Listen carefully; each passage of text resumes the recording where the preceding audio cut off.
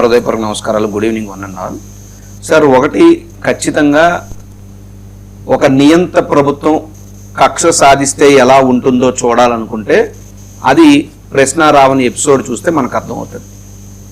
వ్యవస్థలు హింసిస్తే ఎలా ఉంటుందో చూడాలనుకుంటే ఈ యొక్క ఎపిసోడ్ చూస్తే మనకు అర్థమవుతుంది. ప్రభుత్వం ఇందాక విజయబాబు గారు చేస్తున్నటువంటి విశ్లేషణలో నాకు గుర్తొచ్చినటువంటి ఒక సామెత ఏంటంటే ఎలా రాజా తదా ప్రజ అంటారు. అలా ఏంటంటే పవన్ కళ్యాణ్ గారు పూనకం వచ్చినట్టు ఊగిపోయి అరిచి కేకలు పెట్టి గీపెట్టి తంతాను పొడుస్తాను హాకీ స్టిక్లా నా సహనం మిమ్మల్ని రక్షిస్తుంది, లేదంటే మిమ్మల్ని చంపేసేవాడిని, చెప్పులు తీసుకుని కొడతాను, ఇవన్నీ పవన్ కళ్యాణ్ గారు మాట్లాడినటువంటి మాటలు, ప్రవర్తించినటువంటి భావజాలం, ఆ హావభావాలు అన్నిటినీ కూడా క్రోడీకరించుకుని యాస్టీస్ పవన్ కళ్యాణ్ గారిని దింపే ప్రయత్నం ప్రశ్నారావణ్ చేశాడు మొన్నటువంటి సభలో. సరే, ప్రశ్నారావణ్ చేసి తప్పు అని భావిస్తే దానికి తగ్గట్టు కేసులు పెట్టచ్చు. ఆ కేసులు పెడితే దానికి రిమాండ్కి పంపించాల్సిన అవసరం లేదని చెప్పి కోర్టులో న్యాయస్థానం వారు వివిధ కోర్టుల్లో కూడా చాలా స్పష్టంగా చెప్పారు. అయినప్పటికీ ప్రభుత్వం ఉద్దేశపూర్వకంగా కేసు మీద కేసు పెడితే ఏం చేస్తారు? ఈ రోజు ప్రభుత్వం చేసినటువంటి పిచ్చి చేష్టలకు ప్రశ్నారావణ్ హీరోగా తయారైపోయాడు. పవన్ కళ్యాణ్ హీరో, ఈరోజు ప్రశ్నారావణ్ కూడా హీరోయే.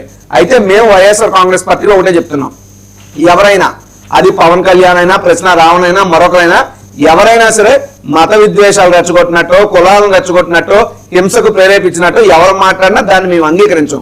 కాకపోతే ప్రశ్నారావణ్ మొన్న ఆ సభలో మాట్లాడినటువంటి మాటలు అయితే పవన్ కళ్యాణ్ గారు గతంలో ఏం మాట్లాడారో అవి ఈయన ఓటంకి ఇచ్చారు. అంతకుముందు ఆయన ఏమైనా మాట్లాడుంటే ఆ రకంగా కేసులు పెట్టుండొచ్చు, బట్ అవి పెట్టలేదు. కేవలం పవన్ కళ్యాణ్ గారు మన్ననలు పొందడానికో లేదా పవన్ కళ్యాణ్ ఇండైరెక్ట్ గా తెలుగుదేశం పార్టీ బ్యాడ్ చేయడానికో ఈ రకమైనటువంటి వరుస పెట్టి అక్రమ అరెస్టులు చేస్తున్నారు. పిచ్చికి పరాకాష్ట అన్న పద్ధతిలో ఈ రోజు ఏకంగా ఒక టెర్రరిస్టులతోనో నక్సలైట్లతోనో సంబంధాలు కలిగి వాటిని ప్రేరేపించి రాజద్రోహం కేసులు పెట్టేదానికి వచ్చారంటే ఇది అత్యంత దుర్మార్గం. నేను అడుగుతున్నా, పవన్ కళ్యాణ్ గారిని అడుగుతున్నా, లేదా ఈ రాష్ట్రంలో పోలీసు వ్యవస్థను అడుగుతున్నా, ఓ యూట్యూబర్ మీద ఇంత ప్రతాపం చూపించారు కదా, శభాష్, వెరీ గుడ్, మీకు హ్యాట్స్ ఆఫ్. మరి ఏమండి పవన్ కళ్యాణ్ గారు మీ సొంత డిపార్ట్మెంట్ లో అధికారులు ఒక ఎమ్మెల్యే కొడితే టచ్ చేసే దమ్ములేని దత్తములు అయిపోయారా వ్యవస్థలో ఉన్నటువంటి పెద్దలందరూ కూడా?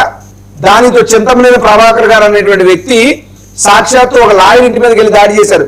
ఆయన మీద ఎందుకు కేసు కట్టలేదు? ఆయన ఎందుకు అరెస్ట్ చేయలేదు? ఈ రకంగా చెప్పుకుంటూ పోతే ఒక మహిళ ఒక ఎమ్మెల్యే తనకి ఇబ్బంది పెట్టారు శారీరకంగా అని చెప్పి బయటకు వచ్చి మాట్లాడితే ఆ మహిళ మీదే ఆ ప్రాంతంలో దాడి చేయించారు ఆ ఎమ్మెల్యే తన అనుచరులు పెట్టి. వాళ్ళ మీద ఎందుకు కేసు కట్టలేదు?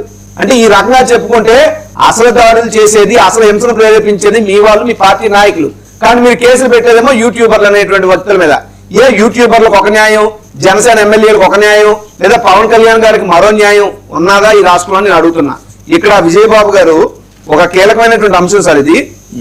మహాసేన రాజేష్ అని ఆయనకి మీ అందరికి తెలిసే ఉంటది.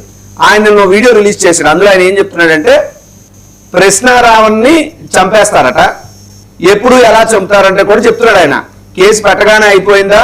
కోర్టులకు వాయిదాలకు తిరగాలి కదా, పోలీస్ స్టేషన్ సంతకాలు తిరగాలి కదా, తిరిగినప్పుడు జనసేన అభిమానులు ఏదైనా చేయొచ్చు.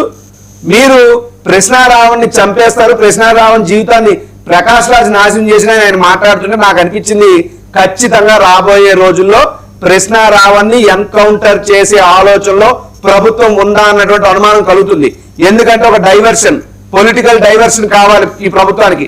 డిఎస్సి కుంభకోణం నుండి పొలిటికల్ డైవర్షన్ కావాలి, అమరావతి రైతుల తిరుగుబాటు నుండి ఒక డైవర్షన్ కావాలి, అదే సాయికృష్ణ హత్య నుండి ఒక ప్రభుత్వ హత్య నుండి ఒక డైవర్షన్ కావాలి. ఈ రోజు దీని అన్నిటికీ కూడా తీసుకొచ్చి ఆ అంశాలన్నీ పక్కకెళ్ళి ప్రశ్నారావణి ఎపిసోడే చర్చల్లోకి వస్తుంది. సో రేపు ఈ ప్రశ్నారావణి ఎపిసోడ్ పక్కకు జరపడానికైనా భవిష్యత్తులో ఎవరు నోరిపి నిలదీయకుండా ఉండాలంటే ప్రశ్నారావణ్ని అంతమొందించే ఆలోచన ప్రభుత్వంలో ఉందా?